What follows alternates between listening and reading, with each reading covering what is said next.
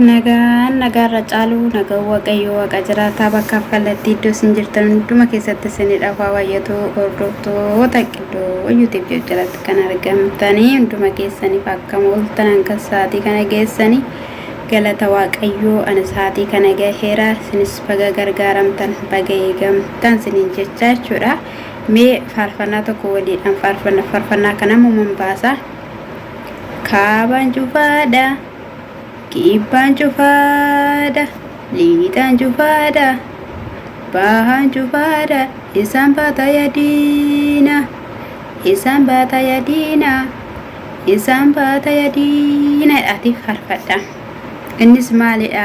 Maaltu ta'e yoo jettanii dhimma obboleettii keenyaa ilaalchisee jechuudha. Maqaa mucittii sanaan qabanne hani jechuudha. Kaleessa galgala laayifirra akka turamee dha jechuudha. Egaa akkuma beekamu ani bakkeen hojjedhu bakkee koodhaanii suluma wifi kan jedhamu faana waliin agarra. Garuu immoo akkaataan ittiin hojjedhu qaba waan ta'eef maaliif hojjettan shamarreen biyya harabaa jechuudha gara barbaaddetti tooftaa beetti waan ta'eef jechuudha. Sadee jireenya ishiitii beetti waan ta'eef itti fayyadamaa jira jechuudha. Malee akkabaabii kun jiru waan ta'eef waan argi hordofuu hin danda'u baay'isee jechuudha. Haa ta'uyyuu malee jechuudha mubeen inni afaan Amaariffaatiin haasa'u sun jechuudha. Dhugaa waaqa mucaan sunis yookiin immoo namni sunis abbaa dhalootaati jechuudha. Baay'ee isaa argaa jirra jechuudha akkuma mubee keenya jechuudha.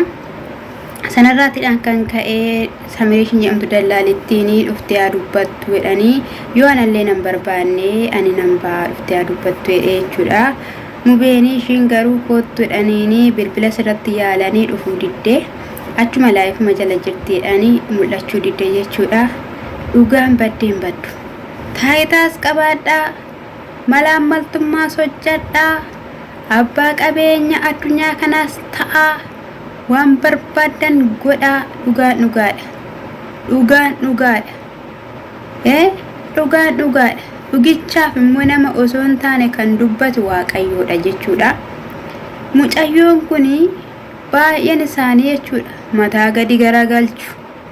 Isa ishiini Itoophiyaarraa fidee dhufee jettee irraa kutanii irratti viidiyoo dubbatu. Shamarran keenya biyya Arabaa keessa kan jirtan baay'ee tokkoon dhugaa sin taasisabe tokko keessan jechuudha. Maa jettaniis mee irratti kolfitanii irratti taphattanii kan keessan immoo guyyaa abbootaa fudhadhu suura namichaa galii jettanii irratti viidiyoo hojjettu. Sammuun keessan sin hojjeta. Lakki shamarran lakki Oromoo mucaan yeroo qalladu lakki shamarran keenya biyya harabaa lakki waan baay'ee ofii qusadhaa.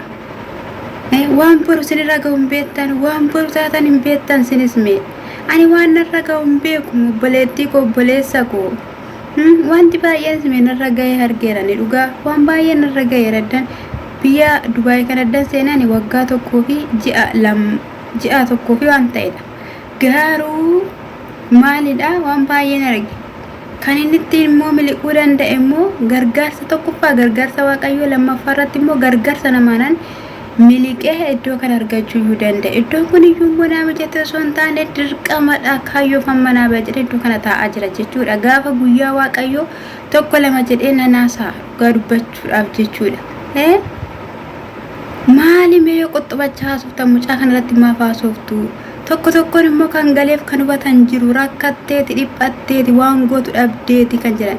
Mubeen sun waan gootu dhabdeeti harka namaa keessa sila jirtuu fi harka namaa keessa sila jirtuu fi jedhe harka kee keessa sila jirtuu fi ishiin Itoophiyaadhaan fidee dhufe jechaa jirti. Koottuutiin afaan haasa'e jedhee kadhachaa ture achi booddee immoo Arabatti haasawaa ture inni Arabni inni tokko ji'a tokkodha kan na bira turte jedha jechuudha.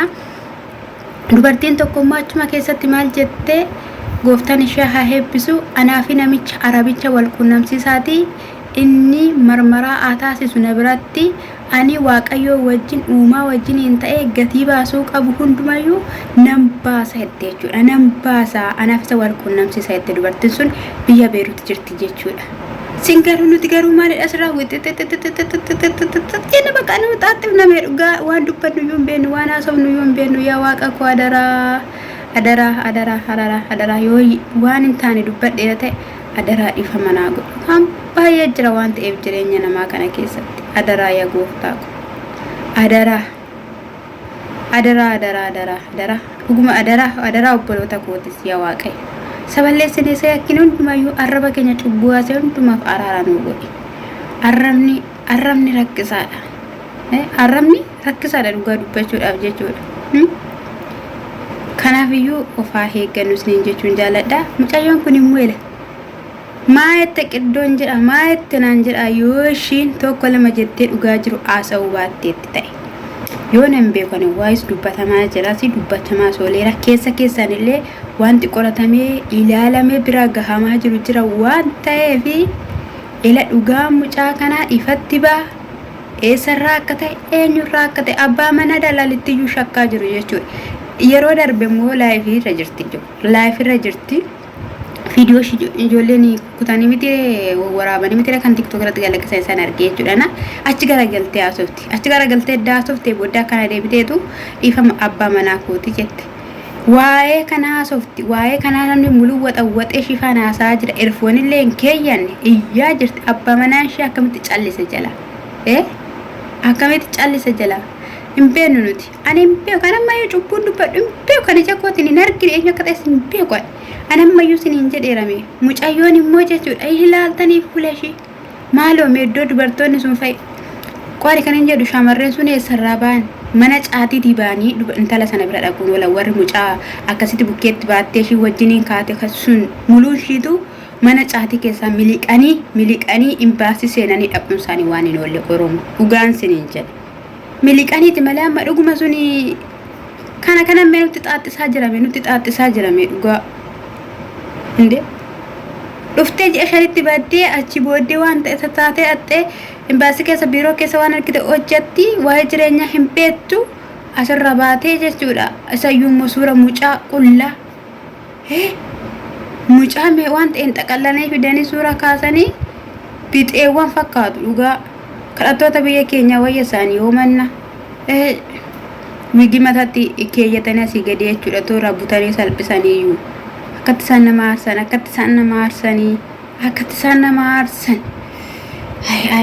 warra biiroo jedhamtamu iddoon duma ani iddoo kana iddoo sanaan jedhu iddoon duma ijoollee keenyatti ibidda kaa eeyyisiisaa boochisaa waachisaa jirtu hojii keessan nyaadhaa kaan hojiidhaa gaafa ishiin baate paantii keessan dirasii huccuu keessan dirasii miccisiifatanii mana keessan dirasii qulqulleessifatanii nyaata hojjechiifatanii konkolaataa keessan tsalaa hidheessinii bareedee akka barbaadaa itti ijoolleetti fayyadamtu saamuna tokkitti illee bittaniifillee ambaashaa tokkitti illee bittaniillee ittiin kennitan hojii keessan siniif haalaatu garuu dhugaan mucaa kana guyyaa gabaabaa keessatti eegaa eebbifamaa shaaloo.